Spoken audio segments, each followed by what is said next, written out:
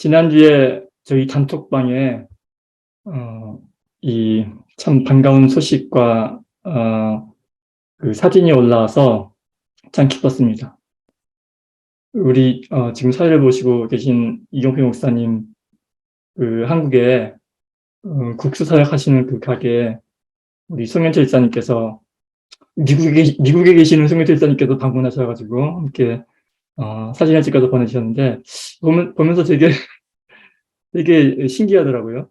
지금 저희가 함께 예배를 드리고 있는데, 여기 LA는 지금 그 오후 4시거든요. 지금 우리 이인영 목사님 계시는 동부는 지금 오후 한 7시? 지금 깜깜해져 가는 그런 시간이고, 지금 한국은 이제 날짜도 바뀌어서 월요일 아침인데, 이 다른 시간에 지금 저희가 모여서 예배를 거의 1년 정도 이렇게 드리고 있는데, 근데 이렇게 화면으로만 보다가 같이 만나서 이렇게 얘기도 하시고 사진 찍어서 보내주셨는데, 이렇게 만나신 분들도 참 반갑고 감격스러웠겠지만은 그 소식을 접한 저희들도 참으로 그 뭐라고 해야 되나요? 참 하여튼 굉장히 기쁘고 그런 어떤 감정을 느꼈습니다. 이따가 이제 설교 후에 예배 나눈 후에 우리 후일담 여담을 한번 직접 여기다 참석하고 계신데 어떤 얘기를 나누셨으며 또 어떤 기분이셨는지 한번 들어보는 시간을 가졌으면 좋겠습니다. 기대해 주시고요. 오늘 제가 준비한 말씀은 그 유명한 돌아온 탕자 이야기입니다. 그 내용 모르시는 분은 아마 교회 다니시는 분들 중에 별로 없으실 것 같은데, 저는, 이 설교의 제목을 이렇게 지어봤습니다. 그동안 우리가 잘못 알고 있었던 돌아온 탕자 이야기. 이 누가복음 15장의 돌아온 탕자 이야기는 매우 유명한 이야기입니다. 워낙 유명해서 유럽의 수많은 화가들이 이 이야기를 소재 삼아서 작품을 남기기도 했는데, 그 중에서도 이 유럽 미술사에서 가장 위대한 이 화가 중에 한 명으로 평가를 받는 그 렘브란트라는 화가가 있어요. 이 렘브란트라는 화가는 이 이야기를 소재로 삼아서 이 탕자의 귀한, The Return of the Prodigal Son이라는 그 걸작을 남깁니다. 이 그림의 제목에서도 알 수 있듯이 우리는 흔히 이 이야기를 아버지의 품을 떠났다가 다시 돌아온 탕자에 관한 이야기로 알고 있습니다. 하지만 제가 오늘 강조하고 싶은 얘기는, 드리고 싶은 이야기는 우리가 그동안 이 이야기의 주인공으로 알고 있었던 사람이 돌아온 탕자가 아니라는 것입니다. 이 이야기의 주인공이 돌아온 탕자가 아니라는 것을 말씀드리고 싶어서입니다. 이 이야기에는 총 3명의 등장인물이 나옵니다. 집을 떠났다가 돌아온 탕자 아들이 있고, 그리고 이 아버지와 함께 남아서 집을 지키고 있던 이 맏아들이 있죠. 맏아들이 있고, 그리고 아버지입니다. 이렇게 3명의 등장인물이 나오고, 우리가 본문에서도 읽어봤지만 이 이야기의 내용은 대충 이렇습니다. 어떤 사람에게 2 아들이 있었는데, 둘째가 아버지에게 그 유산을 미리 나누어 달라고 요청을 합니다. 사실 이 당시에 부모가 살아 계심에도 불구하고 이 유산을 미리 달라라는 것은 오늘날에도 그렇지만 그 당시에는 더구나 더 도저히 용납될 수 없는 매우 불경한 태도입니다. 그러나 그럼에도 불구하고 이 아버지는 둘째에게 둘째의 몫을 그 유산을 나누어 줍니다. 이 유산을 챙겨받은 아들은 먼 나라로 아버지를 떠나 먼 나라로 떠나가서 거기서 이 허랑방탕한 삶을 살다가 재산을 모두 낭비하고 맙니다. 그리고 나중에는 이 끼니마저 거르게 되자 하는 수 없이 다시 아버지 집으로 돌아가서 아버지 집에 이 종살이라도 할 생각을 하게 됩니다. 그래서 그렇게 이 거지꼴이 돼서 팔까 털리고 이 거지꼴이 돼서 돌아온 아들을 그 아버지가 이 버선발로 뛰어나가서 반기고 잔치를 벌였다라는 그러한 이야기입니다. 그래서 유럽의 수많은 화가들이 그린 장면이 바로 이때 그 아버지가 탕자 아들을 그 따뜻하게 맞이하는 모습이고, 이 장면은 또한 많은 목사들, 이 설교가들의 이 설교 포인트가 되기도 했습니다. 그러니까, 그 집 나가서, 이 개고생하다가 거짓골로 더러운 그 탕자 아들들이 바로, 우리들의 모습이고, 그럼에도 불구하고, 그 한없는 사랑으로 따뜻히 품어주시고, 반겨주시고, 이 안아주시는 그 아버지의 모습이 곧 하나님의 사랑을 보여준다는 것입니다. 그러니까 이 하나님을 떠나서, 괜히 하나님을 떠나서 개고생 그만하고, 하루라도 빨리 이 하나님께 돌아와야 한다는 것입니다. 언제든지 꾸짖지 않으시고 받아주시는 그런 이 아버지의 품 안으로, 이 교회의 품 안으로 돌아오라는 그러한 이야기인 것이죠. 그래서 우리의 할 일은, 집도나 우리가 할 일은 그저 아버지의 품으로, 하나님의 품으로, 이 교회의 품으로 돌아가서 안기는 일뿐이다라는 그러한 메시지인 것입니다. 그러니까 참 전도하기에 이처럼 잘 들어맞는 이야기도 아마 없을 것입니다. 그러나 여기까지는 이 이야기의 서막, 즉 1막에 불과합니다. 이어지는 이야기 속에서 이 바다들이 등장을 합니다. 이 바다들이 밭에서 일을 하다가 집에 돌아보니 잔치가 벌어졌습니다.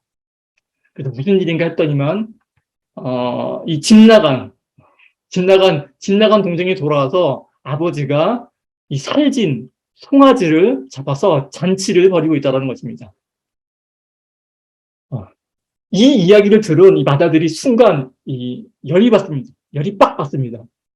아니, 몇 년 동안을 이 아버지를 도와서 이 뼈 빠지게 밭에 나가서 일을 한 자기 자신한테는 이 염소 새끼 한 마리 잡는 일이 없더니만, 유산을 미리 챙겨 나가서 이 창기들과 기생들과 이 말아먹은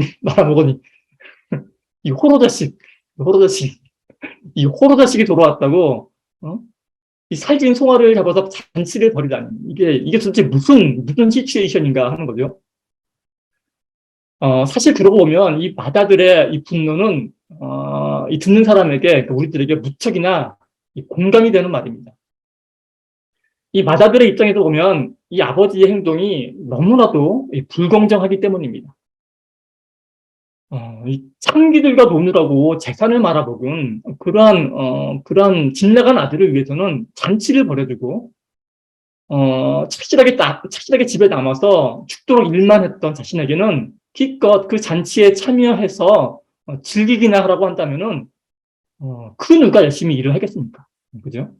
실제로 이런 일이 우리 주변에서 일어난다면은 그 누구라도 이 바다들처럼 열이 받을 것입니다. 그런데 이 이야기의 결말이 상식 바뀝니다. 예상 바뀝니다. 마치 아버지가 오히려 이 마다들을 꾸짖는 듯이 말하기 때문입니다. 본문에 이렇게 나오죠. 너는 항상 나와 함께 있으니 내 것이 다 내 것이로되 내 동생은 죽었다가 살아났으며 내가 잃었다가 얻었기로 우리가 즐거워하고 기뻐하는 것이 마땅하지 않냐느냐. 왜 이렇게 화를 내고 있느냐. 이렇게 꾸짖는 듯이 이야기를 한다는 것입니다. 우선 이 이야기를 우리가 제대로 이해하기 위해서는 늘 그렇듯이 이 이야기가 어떤 맥락에서 나왔는지를 먼저 살펴봐야 합니다. 먼저 이 이야기가 기록되어 있는 누가복음 15장은 이렇게 시작을 합니다. 이제 1절부터 보면은 이렇게 시작을 합니다. 모든 세리와 죄인들이 말씀을 들으러 가까이 나아오니 바리새인과 서기관들이 수군거려 이르되 이 사람이 예수님이죠. 죄인을 영접하고 음식을 같이 먹는다 하더라. 이렇게 막 수군거립니다. 그러니까 예수께서 그들에게 이 비유로 이르시되, 이 비유가 바로 돌아온 탕자 이야기죠. 그러니까 예수님께서 이 비유의 말씀을 하신 이유는 이 비유에서 그 둘째 아들, 그 더러운 탕자로 나오는 이 둘째 아들로 여겨지는 당시의 그 세리와 그 죄인들이 예수님의 말씀을 들으러 가까이 나아오자 이에 이 비유에서 이 착실한 맞아들 격인 이 바리새인과 서기관들이 이 모습이 못마땅해서 수군거립니다. 수군거리기 시작하고 바로 이들에게 이 바리새인들과 서기관들에게 무엇인가 이 가르침을 깨우침을 주시기 위해서 이 가르침을 주시려는 목적으로 바로 지금 이 비유의 말씀을 하고 계신다는 것입니다. 그러니까 이 이야기에서 예수님의 가르침의 대상은 그 둘째 아들격인 돌아온 탕자가 아니라 매사에 성경의 규정대로 행하는 성실해 보이는 그 맏아들격인 이 종교적인 사람들이었던 것입니다. 이 비유가 실려 있는 이 누가복음 15장은 전체가 비유 말씀으로 이루어져 있습니다. 여기에는 총 세 개의 비유 말씀이 등장하는데 이 모두 다가 잃어버림과 다시 찾으며 가는 이야기입니다. 이 세 가지 비유가 다 잃어버림과 다시 찾으며 가는 이야기입니다. 첫 번째 비유에서 목자가 잃어버린 양을 찾는 그런 장면이 나오고 그런 비유가 나오고, 두 번째 비유에서는 여인이 잃었던 동전을 찾습니다. 드라크마 잃었던 동전을 찾죠. 그리고 지금 우리가 살펴보고 있는 이 세 번째 비유에서 잃어버린 바 된 것은 언뜻 보면은 그 집을 나간 탕자인 둘째 아들일 것 같지만 그렇지 않습니다. 사실 이 세 번째 비유에서 잃어버린 바 된 것은 두 아들 모두입니다. 그러니까 이 맏아들 또한 잃어버린 아들이라는 것입니다. 종교적인 사람이나 종교를 떠난 이 종교를 등진 사람이나 모두 다 영적으로 잃어버린 존재라는 것입니다. 오늘 이 비유에 나오는 두 형제는 이 자신의 행복과 이 만족을 찾으려는 사람들의 두 가지 기본적인 길을 보여줍니다. 그중 하나는 이 맏아들이 보여주는 당시의 이 도덕과 관습, 이 전통, 그 질서를 소중히 여기는 이 도덕적인 도덕에 순응하는 도덕적 순응의 길이고, 다른 하나는 이 집 나간 둘째 아들이 보여주는 이런 관습과 전통 등의 개인의 자유를 가로막는 그런 모든 것을 거부하는 자아 실현, 자아 발견의 길입니다. 그런데 이 두 가지 삶의 방식은 그 방법은 다르나 그 추구하는 마음은 다를 바가 없습니다. 집 나간 이 둘째 아들이 원했던 것은 바로 아버지의 재물이었죠. 그러나 이에 못지않게 이 착한 맏아들 역시 원했던 것은 아버지의 사랑보다는 그 또한 아버지의 재물을 원했습니다. 둘 다 이 아버지와 멀어져 있기는 또 같았다는 것입니다. 동생은 멀리 떠난 반면 형은 아버지 옆에 남아서 아버지의 명을 어김없이 지킵니다. 그러나 그 형은 자기의 뜻을 관철하는 그 방법만 달랐을 뿐 자신이 원했던 바는 동생과 다를 바가 없었던 것입니다. 이 형의 마음속에는 언제나 저는 아버지께 불순종한 적이 없습니다. 그러니 아버지도 내 인생의 모든 일에 내가 원하는 대로 해주셔야 합니다. 라는 생각을 가지고 있었기 때문입니다.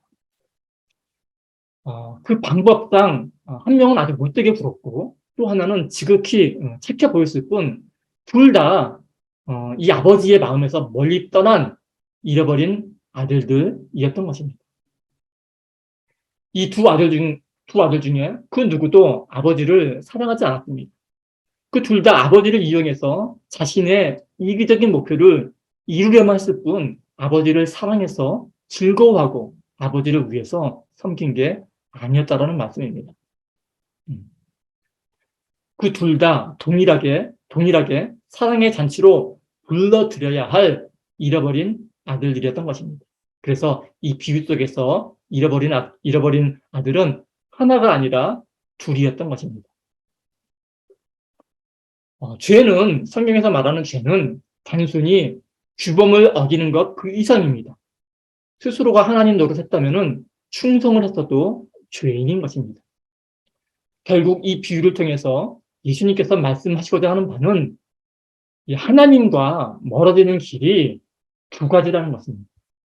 하나는 그분의 규율을 어기는 것이고, 또 하나는 그분의 모든 규율을 빠짐없이 열심히 지키는 것입니다. 열심히 교회에 다니며 충성을 했던 이 형 부류의 도덕적인 사람들에게는 이 충격적인 메시지가 아닐 수 없습니다. 하나님의 율법에 힘써 순종을 하는 게 오히려 그분께 반항하는 하나의 전략이 될 수도 있다니, 오늘날 열심히 교회를 다니는 기독교인들에게는 잘 납득이 가지 않는 그런 메시지일 것입니다. 그러나 사실 성경에 복음이 말하고자 하는 바가 바로 여기에 있습니다. 예수님의 메시지, 즉 이 복음은 오늘날 이 교회에서 널리 설교되는 그런 종교적인 메시지와는 사뭇 다릅니다.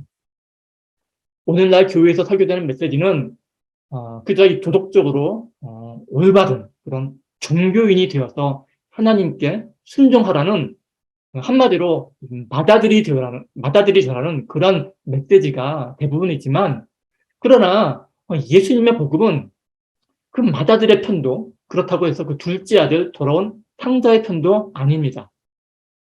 그 둘 사이의 중간 그 어느 지점도 아니고, 그것과는 전혀 다른 그 무엇입니다. 예수님의 복음은 종교나 무종교, 도덕이나 부도덕, 정치적으로 따지자면 보수나 진보, 그러한 개념으로 나뉘어질 수 없는 그 어떤 것이라는 말씀입니다. 예수님께서는 이 세상을 도덕적인 착한 사람과 부도덕한 나쁜 사람으로 가르지 않으십니다.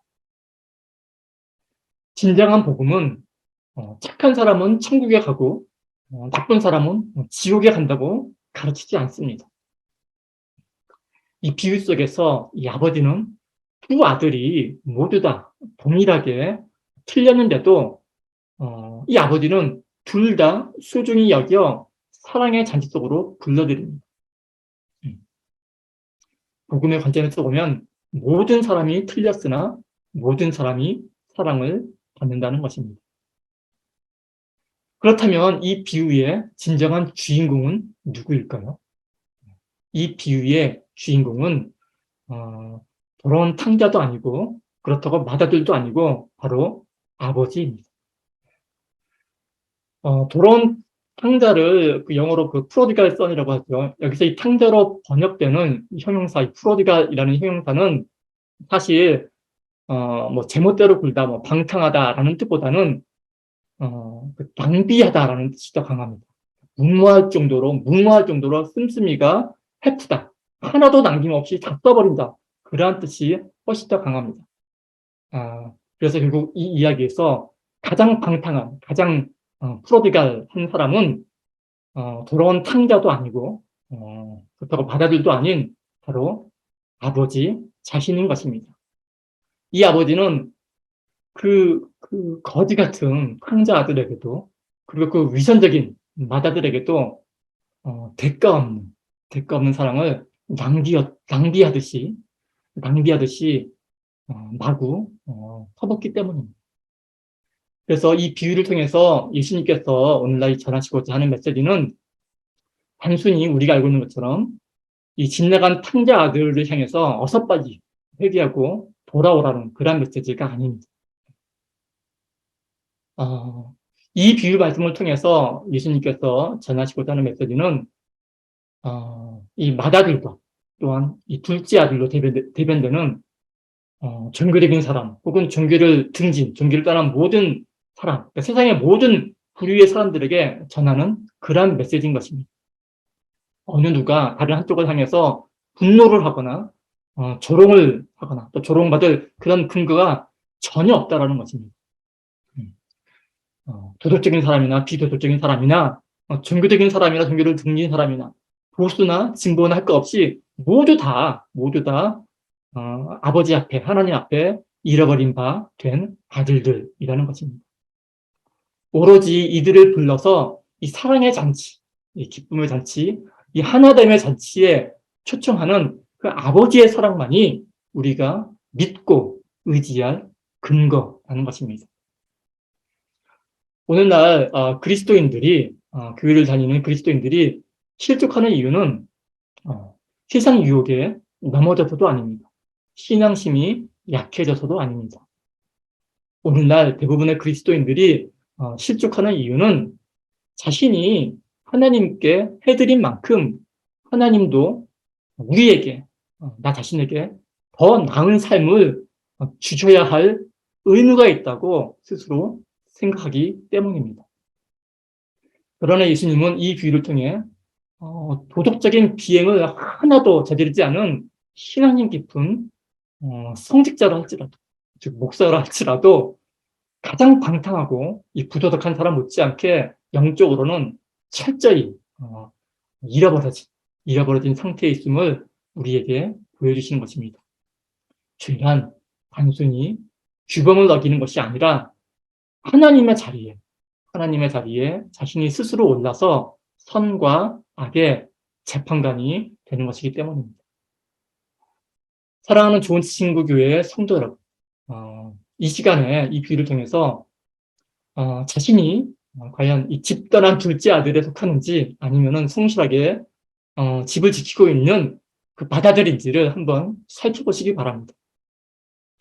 자신이 만약 이 둘째 아들이라면은 어서 돌아와서 아버지의 품 안에 따뜻한 아버지의 품 안에 안기시길 바라며, 만약 자신이 이 맏아들 부류라면은 이 동생을 위해 마련된 기쁨의 잔치에 참여해서 함께 기뻐하시길 바랍니다.